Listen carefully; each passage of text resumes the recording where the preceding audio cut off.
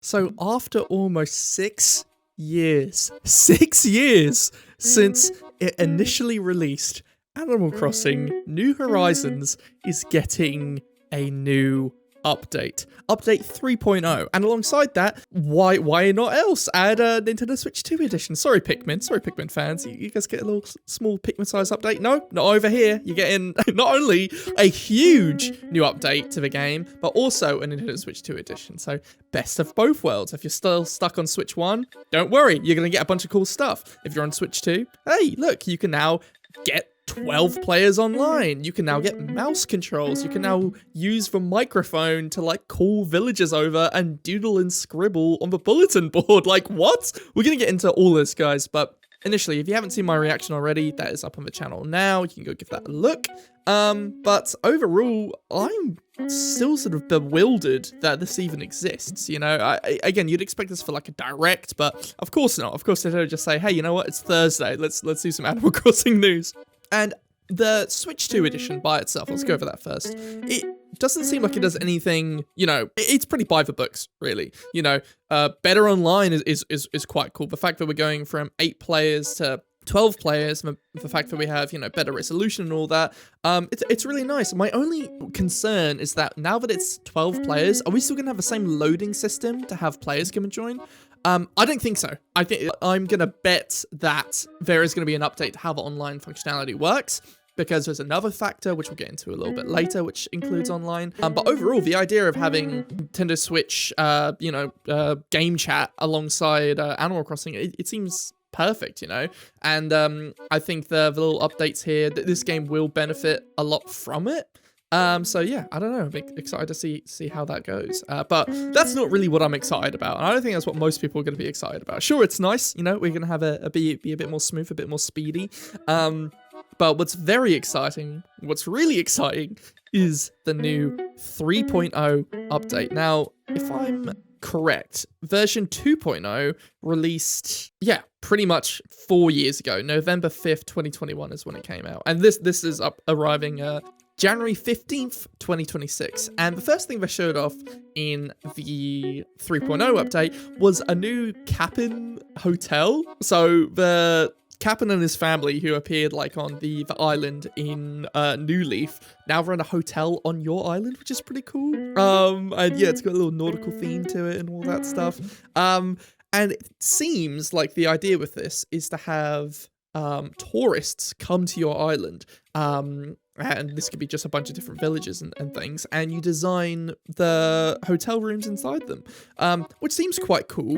At the same time, is this, correct me if I'm wrong in the comments, is this not insanely similar to the DLC in terms of like, oh, you're building, you know, a hospital, you're building a luxury apartment, you know, you're building all this stuff, and this seems to be like Happy Home Paradise, but just on your island and as a free update. I think that's pretty cool, and I think it gives the idea of like, oh, if you want to dip your toes into Happy Home Paradise, you can sort of get that experience here. It even has like a similar currency system, but this time with like hotel tickets or something, you can buy items. It's a very, very similar setup to Happy Home Paradise, and I don't know how some people are going to feel about that. I know that like Happy Home Paradise is designed to be about being, you know, artsy and designing things yourself, and sort of the design aspect of Animal Crossing. And New Horizons has definitely gone further in that direction of like the idea of aesthetics and customizing and making something feel personalized. Like even in the hotel, you can customize like a sort of a tourist outfit to have it so that anyone, even friends who come over to your island, can put it on, and you can sort of, you know, be immersed in whatever the vibe is which you're trying to build. And I feel like a lot of people who grew up with Animal Crossing or played the previous games and love them, there has been a bit of a discourse about the balance with New Horizons just going full on the people who want to customize their island versus sort of the magic of not having as much control. And that all the features in the new game are pretty much all cosmetic, which I think overall the reason some people feel sour on that is because it removes a tiny bit of the whimsy, you know, from Animal Crossing. Like, I don't know, going to the city and going to the comedy show to get the emotes, or the fountain where you can throw the axe in, and all these like little weird small events. I think that's what people love the most from old Animal Crossing, and there is still elements of that in New Horizons. But what this update seems to show so far is that it is still leaning into that cosmetic aspect, which is still great in its own way. And it seems like even with the hotel system, you can invite like main characters throughout the series and like old NPCs and stuff. So it's not all entirely cosmetic. There is some gameplay mechanics which are being added with that, I'm sure. And after that, they showed some more just overall quality of life improvements coming to the game, such as going from the maximum storage of 5,000 to 9,000, which I have no idea how many items I have in my storage. But also now apparently you can store trees, which is, that's exciting. The next, we see an actual new feature with like a character which I love, which is Rossetti. Rossetti is getting a new job in the game, which is still the theming of resetting, but it's just to reset a location. Basically, he's like a bulldozer. So you just select an area, be like, hey, you want me to clear all this area? And he's like, yep. And you can either have it stick in storage, or you can just delete everything from that. That seems to be a good translation of like his character going from, you know, like if you reset the game or turn it off without saving, getting all pissed, to now actually like, okay, well, he's still resetting the island, but, you know, it's being a bit more useful. And then they showed some crazy new system with an update to the Dream Suite, where you get 3 new islands. So at first I thought that this was like, I don't know, a way of like testing out a layout for your island before going through and designing it full force in your actual island, so you can, you know, be more creative and just design something with whatever you want, and it's just being sort of like a creative mode for Animal Crossing. And that's basically what it is. It's like creative mode from Minecraft, but in Animal Crossing. But where it gets crazier from there is that, you know, you can just design it and, you know, can choose an island size, which is really cool. Lots of customization. Anything you can do on your regular island, you can do in here. You can even like place villages and stuff, I think, to really make it feel like, to give it the ambience and stuff. However, what's crazy is you can invite friends and you can all do it together. So you can design an island with your mates. And I don't think that's been a thing in the game ever.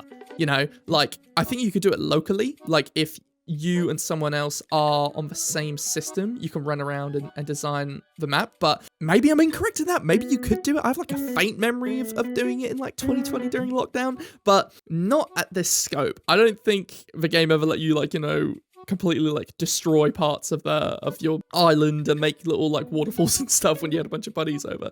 But the fact that you can do that as a group and like have like one big island, like, this just seems like a really fun event to do, or like a really like fun little challenge or just cooperative thing for friends and communities to do. Like, what if we did like a little group island together? We did like, all right guys, I'm gonna be live streaming for an hour, we all have to build this crazy island, let's see how far we can do it, and like you showcase each other's work and stuff. Like, that seems like a really fun use of that island, and I feel like the creativity of the players with this sort of tech is super cool and super exciting.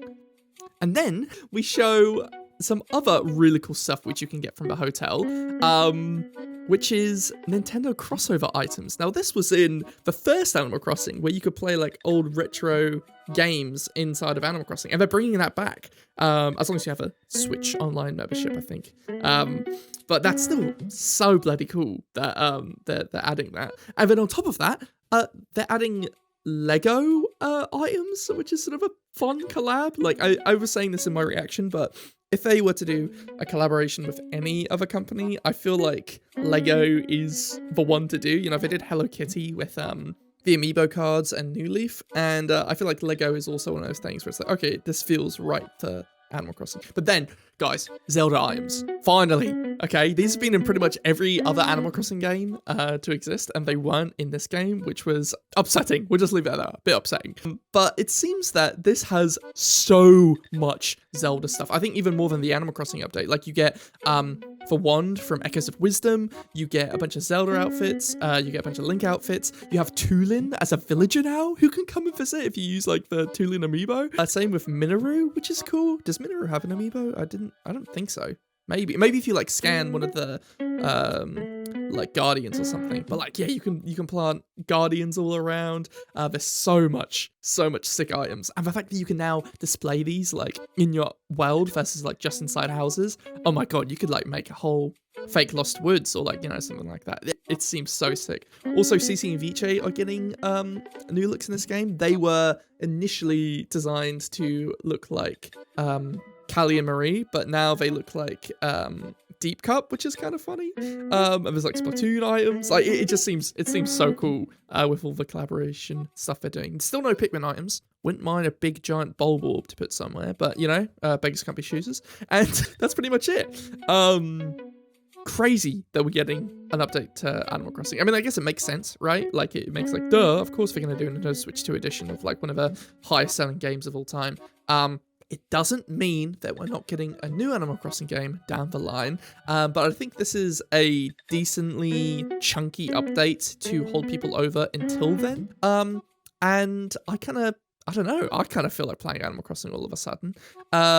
What about you? Are you guys still burnt out? Did you reset your island? I mean, Animal Crossing I have to owe it to this game because it did kind of put me on the map in terms of being able to do YouTube for a living. And I feel like I have this special place in my heart for this game, even for the things which, you know, I love about it and don't love about it. I don't know, it just sort of, it puts a smile on my face. I feel like really my perception on this game is maybe a bit more distorted than others, where like I do have that fondness to it. So maybe I'm not being as objective about the trailer as some people might be, but I don't know, it looks great. I'm really excited to give it a go, and like, you know, I love the series. I think what they added to it feels substantial. It feels like maybe it's also worth seeing what other features they sprinkled into the game throughout like the years it was active, you know, up until the end of 2021, because I think most of us didn't really play it all that much the second year. You know, you sort of burnt yourself out on the base content, but they had all these updates, you play it for a second, then you stop.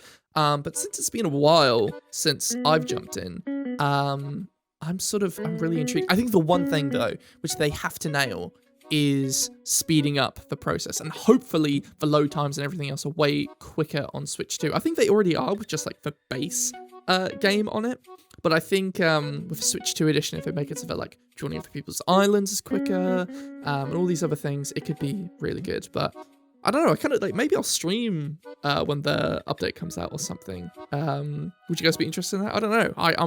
I'm in a bit of a Animal Crossing mood, guys.